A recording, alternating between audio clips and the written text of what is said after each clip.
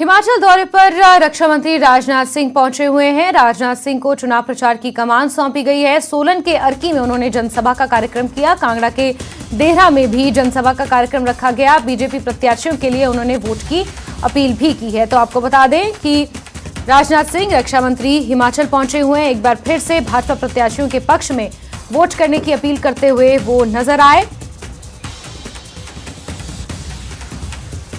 तो हिमाचल के दौरे पर पहुंचे हैं राजनाथ सिंह। चुनाव प्रचार की कमान उन्होंने संभाली है। सोलन के अर्की में जनसभा का कार्यक्रम रखा गया। वहीं कांगड़ा के देहरा में भी जनसभा को उन्होंने संबोधित किया। प्रत्याशियों के लिए वोट की अपील भी की।